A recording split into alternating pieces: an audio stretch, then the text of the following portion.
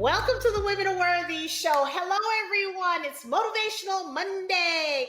Thank you for supporting the Women Are Worthy show. And don't forget to like us on Facebook and Instagram. We're at the Women Are Worthy show. And guess what, y'all? We got YouTube. Our YouTube channel is the Women Are Worthy Network. Now, I'm excited to speak to this young fella here. Young fella is the operative word. This man is an entrepreneur. He's a mover and shaker. He's doing phenomenal things in the community. And we want to welcome Mr. John Kennebrew. He is the founder of Showcase Group. Showcase Group provides support to at-risk youth and their families by implementing services such as youth advocacy, mental health, case management services. When I say this guy is doing phenomenal stuff, watch. You're going to tell me like, Jackie, where'd you get him from? So we want to welcome Mr. John Kennebrew. How are you, John? Great. Thank you so much, Jackie. I appreciate you inviting me to be on the show today. Thank you. First of all, we want movers and shakers, okay? Because we want to shake and bake. All right. So we want to make sure we have you on the show because I've been hearing so many wonderful things about you that we wanted to have you, extend the invitation to have you on the show. Now, you have a company. You're the founder of Showcase Group. That's you right. have a nonprofit.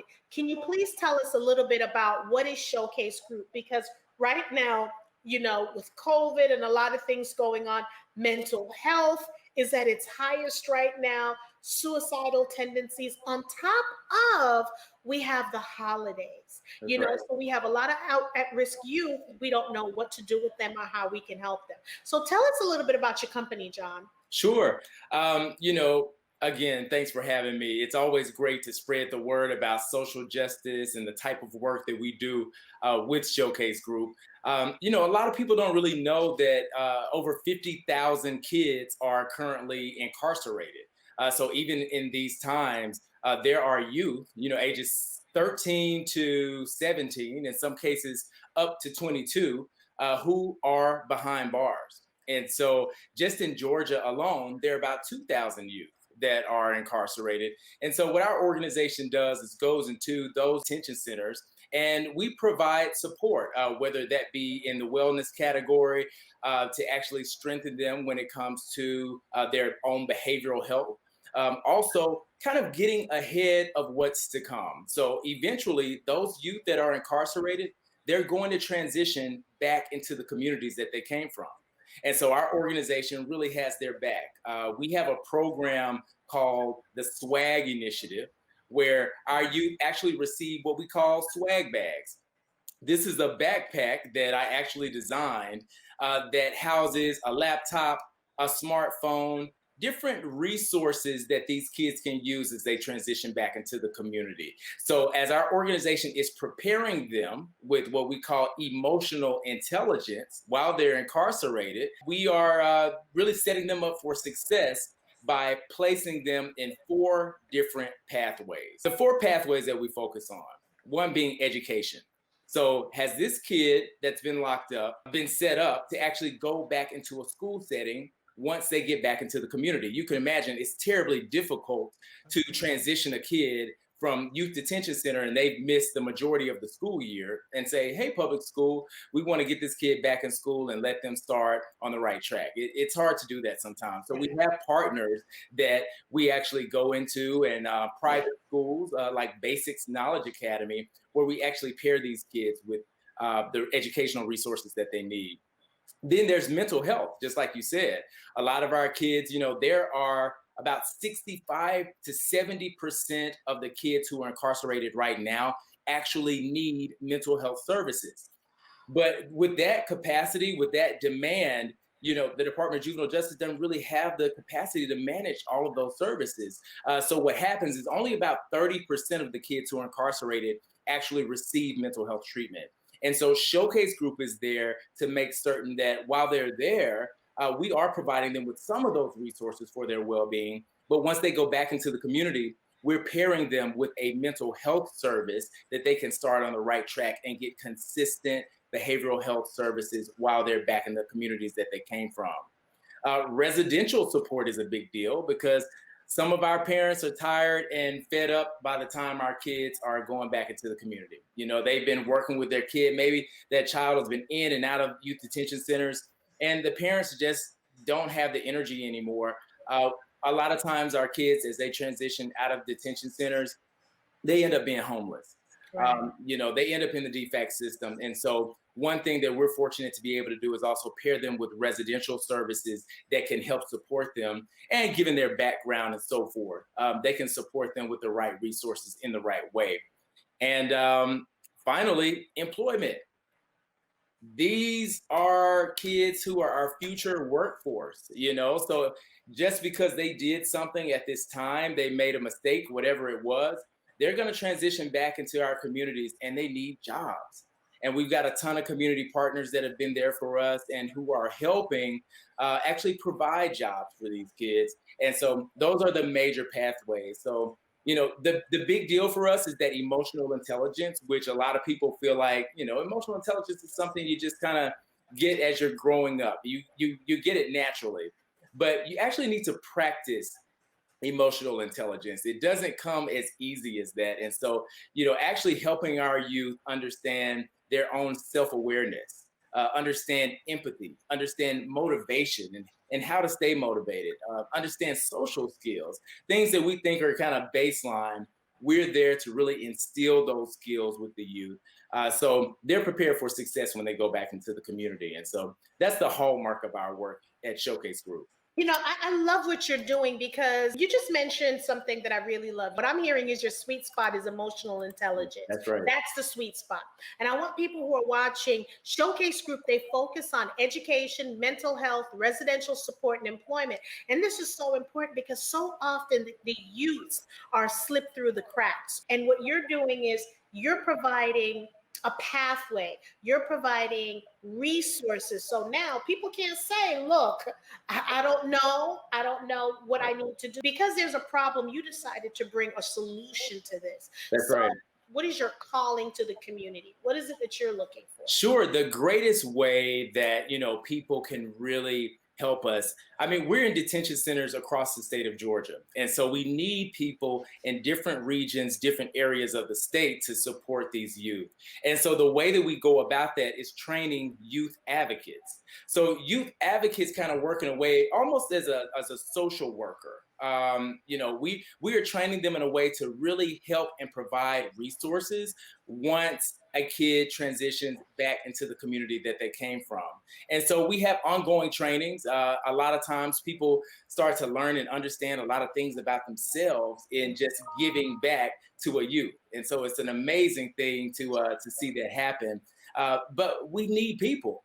We need that manpower because one, we are a nonprofit organization. And, with nonprofits, there's always an ask. So outside of the financial resources, we need the manpower. And so again, like I was saying, we're looking at close to 2,000 kids currently incarcerated. Kids are coming out all the time. And so we have to have these youth advocates in place before they leave the youth detention center so we can start the process of building rapport and starting to get that connection there. But then have that youth advocate stay in the life of that youth at least a minimum of 90 days once they're back in the community, because that's such a critical window. That is when we find that our youth are starting to think about going back to the way things were. If they were involved in a gang, they want to be a part of a family and they want to go back to that brotherhood. But if they know that they have support in Miss Charles, well, Ms. Charles has had their back while they were incarcerated, and Ms. Charles will have their back while they're in the community. And so that's the greatest ask is for, folks from around the state just to reach out to us at showcasegroup.org, really learn and understand how we go about our SWAG initiative and helping these youth transition back into the community.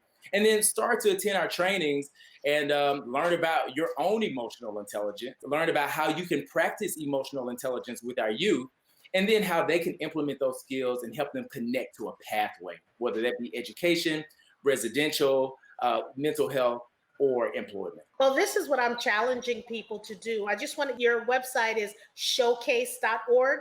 Showcasegroup.org. Group.org. Okay, because I'm putting it on here. And one of the things is because people, I'm going to put it out there. People are so quick to complain about the youth. So I'm challenging people. We have to come out. I understand COVID, but we have to come out of our community, our circle, our bubble, and reach out to the youth. There's people who are always saying, oh, the youth, they're this, they're that. They're not what people expect. And for me, this affects me and impacts me a lot because I survived sex trafficking. I was out in the streets. I was homeless because I ran away and all that stuff. So when you said that 90-day window is critical, Right. I am testament right now. I can definitely co-sign this. That 90-day window is so important because, like you said, if there's someone who could show me the way while I was out there, that's what happened. That's right. Made me go back home. That's right. So that 90-day window, but also we want to make sure that these young people who made a misstep, we don't want them to believe that this stigma is still attached to them because they went to jail. So we have to change that negative stereotype as well. What are you doing to help these young boys, young girls for they did something and for them, because self-esteem and the stigma of going to jail? What is your organization doing for that? That's a great point. That transitional period is so critical. That's why I actually came up with the swag initiative, because one thing we were finding that some of our youth were leaving sometimes in the clothes that the actual facility was able to give them, and that might look like a DJJ sweatshirt and, some slacks. We want our kids to transition and go back into the communities with dignity. We want them to have pride, and we want to welcome them back as citizens who can be productive citizens and really start on a new trajectory. And so that's why in the swag bag, they actually receive a new outfit. They get a whole new outfit to hit the ground running. Sometimes they're going to have interviews coming up. That outfit could look like their interview outfit. Otherwise, a lot of times it's just something casual that they can wear and still have pride and not look like, oh, you just got out of jail. Right. Because it's almost like, there's Nike and there's Likey. You don't want to put them in Likes. Exactly. And you're working with 13 to 17-year-olds. So you can imagine, when they're around their friends, they want to look like their friends. They want the fresh J's. They want to wear something that's relevant to kind of their style and their culture. And so we make certain that they're entering kind of with that attitude. And that's the other thing, is really getting their mentality right for the challenges that they will face once they go back into the communities that they've come from. And that's why we start to implement self-awareness while they're inside the youth detention centers. Are you aware of what makes you tick? Are you aware of what makes you go off? Many times the youth that we're working with at these detention centers, their first time actually processing a lot of what they've gone through, a lot of whatever landed them inside of those detention centers, is with our youth advocates. It's with our facilitators that they're actually talking about what was it that led you to this point. And it's usually too, because you're so busy you're on like, okay, I got to survive. I got to do this. I got to do this. So when you get arrested and you're in your detention center, or wherever you are, you haven't really fully processed it because you're trying to figure out day to day how to survive. Everything is made for you, where what time you got to get up, what you got to do. Right. But still, like you said, and that is so true. So I'm telling you, I'm here, on the show, lady, anytime you need my help and, to talk to someone, because, I've gone through sex trafficking. I know I'm telling you, I understand, because when I ran away, who takes a taxi to a homeless shelter? Wow. Who has 13 garbage bags full of clothes? Right. So when I get out there, they thought like, because no one was home when I did this. So they thought that when I walked in, they said, oh, look at this rich person who runs away with bags. And when I tell you, it was so freeing to give away all my stuff. And some of the stuff was, I thought, dated or old. But the fact that they were so happy they've never owned some of the stuff that I had, the designers or whatever. And for me, it was no big deal, because I'm like, ooh, less bags, I got to travel. Little did I know, because I did that ended up saving my life in the street. Right. Okay. Because then I had to transition out. Right. And that one person who I kept giving stuff to, she ended up saving my life and just educating me. So you never know. So I get exactly what you're talking about, where, they talk to their advocates and things like that. And we have to be open, because we don't want this to be a generational thing. We don't want them to be a repeat offender. To be honest, they want to be loved. They want to be respected. And I think that's what we need to do. Right. So now I'm on the great part of the show. I want to talk about this event that you're having. Great. Yeah, sure. So each year we're excited. This will be totally different. At our last event, which was before COVID, each year we do something totally different. And we were kind of hyping the crowd and saying, hey, we promise, 2020 is going to be totally different than anything we've ever done. By design, COVID has totally changed that for us. And we are having our first virtual Showcase Awards. And so during the Showcase Awards, we honor and highlight founders or executive directors of organizations who are doing amazing work with some of the populations that we serve, and especially, justice involved folks who have some kind of idea around the social justice system and kind of the rates of incarceration and what's going on with incarcerations today. And, one of our honorees in the area of employment is Nancy Flake Johnson, and she is the executive director of Urban League of Greater Atlanta. Fantastic work. She has been helping and assisting in providing employment opportunities, all types of work and reentry as well. And so we're so honored to have her as an honoree. We also have Kwame Johnson, who is the executive director of Big Brothers Big Sisters of Metro Atlanta. And so Kwame's awesome. He's in the category of wellness. And Big Brothers Big Sisters have been doing so much work and kind of helping to regulate some of the things that are going on, even during times of COVID, for our youth who need it most during these times. And so we'll be highlighting and recognizing. When is the award? When is the award? The award's December 20th. So December 20th, it's going to be at 3 p.m. And so what's important is that people go to our website at showcasegroup.org and register for their free ticket. So this is typically a ticketed event because this would be our fundraising event. However, we've had a lot of support from people during these times of COVID who have really helped and even assisting our families. People have helped us with gift cards. People have helped with gas cards, all types of food for our families. So we've gotten a lot of support. We just want to have this as our giving to the community so you all can learn more about the work that we're doing. So we've got 4 honorees total. Joseph Arnold, who is the executive director and the founder of an organization called Positive Growth. And Joseph Arnold is doing great work in the residential space. So the types of youth that I'm saying I work with when it comes to reentry, this 13 to 17-year-old population, Joseph Arnold is actually housing these kids. Okay, look. Okay, because you got me all hyped and geeked up right now. Come on. Okay, stop. So what we need to do is we definitely need to get some more information we can post on our page. Okay. We want people to share that.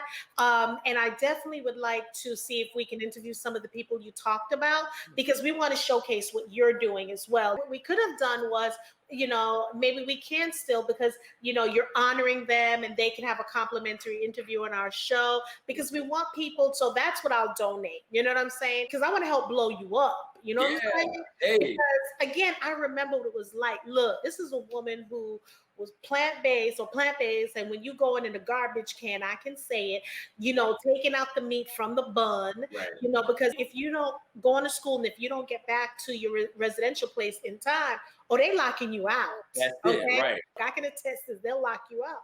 So, and then you eating French fries. So, ain't no shame to my game, because look, I am who I am. I'm fabulous now. I was fabulous then, but I'm fabulous now. So I'm one to tell people I'm not going to be determined by the scars or where the scars are. I am what healed looks like. You know what I'm saying? So I want these people to know that we got to help these youths. You were going to say something, my brother. Yeah, no, I was just going to say, just the way that you just said, that's the way that I can help. That's the way that I can give. We're always looking for people to contribute in various ways. A lot of people think when you're coming from the nonprofit angle, well, it's tight right now, so financially I can't It's not all about that. There are so many resources that we have to provide to these youth. Just like I was saying with the clothing, we have clothing drives all the time where people bring either lightly used clothes. A lot of people will even go to the mall and buy a brand new outfit for some of the youth that we work with. So, a lot of times it's just a clothing thing. We have to, Okay, yeah, listen. got something for that too. Come on. I got more to say, okay? All right. So I wear size anywhere from a 6.5 to a 7. So we can talk about donating some boots, shoes, and stuff. Hey, Tammy. I'm sorry. Whenever I see her on the show, because she's responsible for this transformation. All right. So, Good job, Tammy. Yes. So what I want to do is I want to donate some things. We can have the interview because it's so important that we invest in our youth. It's so great that we can say, yes, yes, yes. We talk about Black Lives Matter. We talk about, what's going on in the community. There's a lot of craziness going on in the political world, which we're not going to address.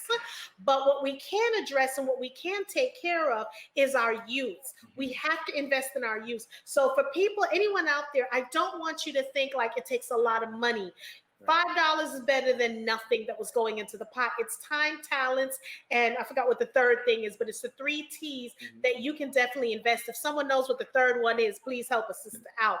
But it's time, talents. So if you don't have the money, treasures. I think it's treasure, time, talent, treasure. Right. So if you don't have the money, you have the time or you have the talent. And the talent is possibly mentoring or just helping out. Because think about this. Your kids may be grown, but these are the youth for tomorrow. These are the people that are going to be helping us when we get old and decrepit. Yeah. So we need to invest in them now so they can invest in our future later on. So I just think, Kenneth, what you're doing is phenomenal. So for those of you that are just tuning in, we have Mr. John Kennebrew. I love his name because it reminds me of Kennesaw. Kennebrew, and he has an organization, Showcase Group. It's a nonprofit group, and he works with at-risk kids. And I love people when they're doing it, and they're doing it with good intention, because folks know you ain't getting rich working in a nonprofit, okay? Yeah, it's a lot of work, and it has to be, from your heart. This kind of work, it's exciting and it's very rewarding, at the same time. When I first started this, I thought I would be going in a totally different direction and kind of having my own practice and maybe a posh office in Buckhead and just kind of see a couple here and a client there. The vision was totally different. Oh, no. And then, sometimes when we lay out the vision in our head, I had to go in a totally different direction because all signs were pointing to this is what you're supposed to be doing. And the organization has had great success. Our metrics are through the roof as far as being able to successfully transition kids from youth detention centers back into the community, helping to reduce the rate of recidivism. Making sure these kids never face incarceration again, because you're right, like this is our future. This is a hidden population that people never really think about. We talk about adult reentry quite a bit. Adults coming out, making sure we get some jobs, making sure there's some halfway houses in place. But we don't talk about 13-year-olds who have been locked up for 5 years, and what that looks like, the trauma they may have experienced just in the process of being locked up. And as it looks at education, I have to speak to one of our education partners who's also an honoree this year, Headmaster David Price of Basics Knowledge Academy. And that's a private school that works with all age ranges. It's a high school, and they really assist all ages. I mean, I think their oldest right now is 68, 68-year-old who was going through the process of getting her high school diploma. And I just think that's amazing, because this is the journey. We're constantly learning. We're constantly growing. But Basics has opened its doors to our population of justice-involved youth. And they are graduating Basics with a wealth of knowledge. And we're helping to then place them in colleges and universities. And so, so we're really excited about soon we will start to graduate from college, some of our first college graduates.